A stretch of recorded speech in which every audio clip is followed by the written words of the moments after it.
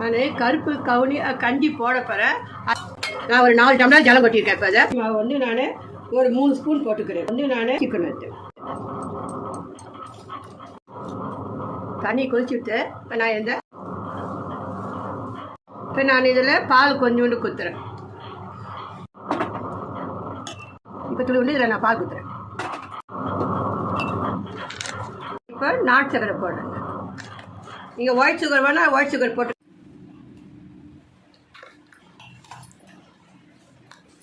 அரிசி கஞ்சி ரெடி ஆகிடுச்சு.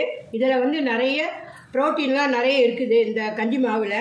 இதில் வந்து கொலஸ்ட்ராலை கருப்பு கவுனி அரிசியில் வந்து நீரிழிவு வந்து சுகரை டயாபெட்டிஸை வந்து கட்டுப்படுத்தும், கொலஸ்ட்ராலும் கட்டுப்படுத்தும். நம்மளுடைய இடுப்பு எலும்புக்கெல்லாம் ரொம்ப நல்லது. இது ரொம்ப புரத சத்து உள்ளது. இது கருப்பு கவுனி அரிசியை வந்து சாதமாகவும் சாப்பிட்லாம், கஞ்சியாகவும் சாப்பிட்லான்னு